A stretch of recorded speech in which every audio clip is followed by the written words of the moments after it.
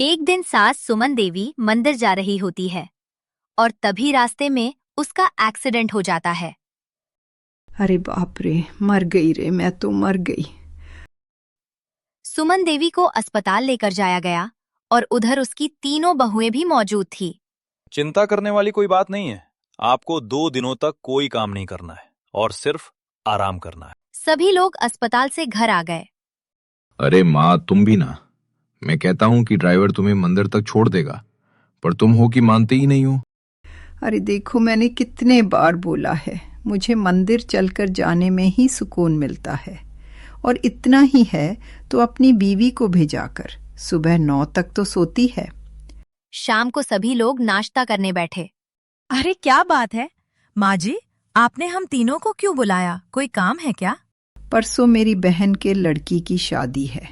अब मैं तो जाने से रही, तो तुम तीनों बहुएं शादी में चली जाना। ऐसे ही सुबह हुई। सारी बहुएं अपने अपने काम में व्यस्त हो गईं। बड़ी बहू शीला सबके लिए नाश्ता बना रही थी।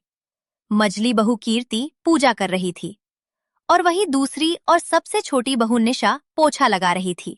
इतना अद्भुत दृश्य देखकर तो मानो दिल को एकदम सुकून सा लग रहा है।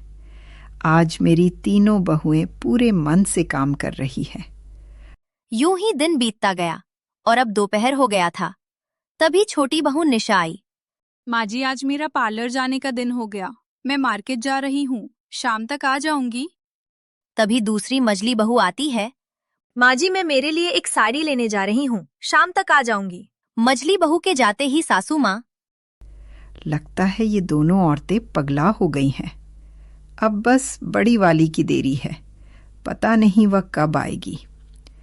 हाँ कमला, सुनना, कल ना मैं शादी में जा रही हूँ, तो तू मेरा कल का अपॉइंटमेंट लिख ले, मुझे तैयार कर देना। क्या है, पहले से दोनों देवरानी गई हुई है, तो मैं जाऊंगी तो मेरी घर की बुढ़िया का लाउडस्पीकर चालू हो जाएगा। वही तो मैं सोचूं, ये बड़ी बहू पीछे कैसे रह गई। शाम हुआ और सासू माँ ने तीनों को बुलाया। क्या हुआ माँ जी, आपने हम तीनों को क्यों बुलाया? ये लो, मेरे पास तुम तीनों के लिए हार है, रख लो। तीनों ने हार रख लिया। वाह माँ जी, ये हार तो बड़े ही सुंदर है। कल मैं इसे पहनूंगी तो सब मुझे ही देखते रह जाएंगे। ठीक है, अब जाओ खाने की तैयारी करो। पर तभी निशा की नजर पीछे रखे हुए एक लाल डब्बे पर गई। वो डब्बा दिखने में मानो ऐसा लग रहा था कि बहुत ही कीमती हो। अरे माँ जी, आप बुरा ना माने तो एक बात पूछूं? अब क्या हुआ बहू, पूछ, क्या बात है। वो लाल डब्बे में क्या है? अरे वो तो मेरी माँ का दिया हुआ पुश्तैनी हार है। ये बात सुनकर तीनों बहू को मानो सदमा लग गया। ये देखो, ये रहा। हार देखकर तीनों बहुएं का चेहरा हक्का बक्का हो गया। ये तुम्हारा हार क्या है? इस हार के सामने मेरी माँ ने ये हार मेरे लिए संभाल कर रखा था। आखिर ये अंग्रेजों के जमाने का जो है। वाह माँ जी, सचमुच ये हार तो हमारे हार से भी बहुत सुंदर है। ये दोनों क्या करेगी? मैं सुबह जल्दी उठकर माँ जी के लिए उनका मनपसंद राजमा चावल बना दूंगी। ऐसा मानो कि वो हार की तस्वीर अभी तक मेरे आंखों के सामने मेरा इंतजार कर रही है कि आजा और मुझे ले जा। कल मैं माँ जी के उठने से पहले घर में दिया बत्ती कर दूंगी। पूजा इतनी जल्दी होता हुआ देख, ये तो हार मुझे दे ही देगी। काश वो हार मुझे मिल जाता, क्या रुबाब होता मेरा। सारे लोग की नजरें बस मुझ पर ही टिकी रहती। कल माँ जी को उनका मनपसंद बेसन का लड्डू बना कर दूंगी। सुबह हुई। अभी 4 ही बज रहे थे। अभी अंधेरा मौजूद था। सुमन देवी अभी सो रही थी। तभी उसे कुकर के सीटी बजाने की आवाज आती है। अरे, इतनी सुबह सुबह कौन पागल खाना बना रहा है? जाकर देखती हूँ। वो रसोई घर में गई। बहू खाना बना रही थी और वो भी उसका मनपसंद राजमा चावल। तभी उसे धूप और अगरबत्ती की खुशबू आने लगी। मझली बहू धूप बत्ती करके पूजा कर रही थी और सास सुमन देवी का मनपसंद भजन चल रहा था। ये लीजिए माँ जी, आपके मनपसंद बेसन के लड्डू। क्या बात है, लगता है तुम तीनों बहुएं मिलकर पागल हो गई हो। आखिर आज 4 बजे कैसे उठ गए? अरे वो सब छोड़िए माँ जी, बताइए ये बेसन के लड्डू कैसे बने हुए हैं? तभी छोटी बहू राजमा चावल लेकर आ गई।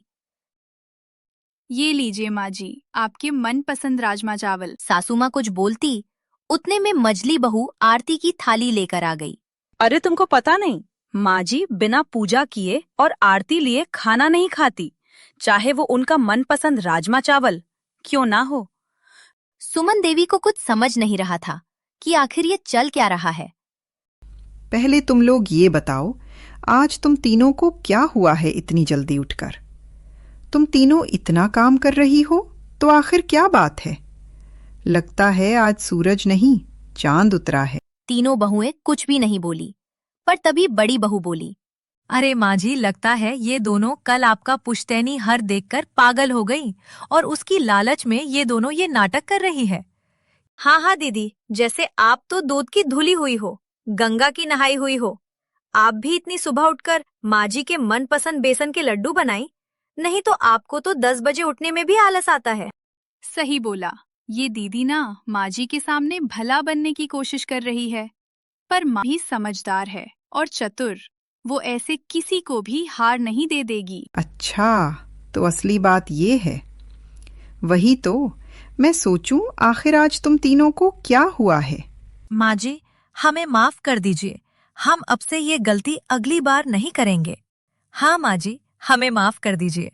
हाँ हाँ माँ जी, हो सके तो हमें माफ कर दीजिए। ठीक है, चलो जाने दो।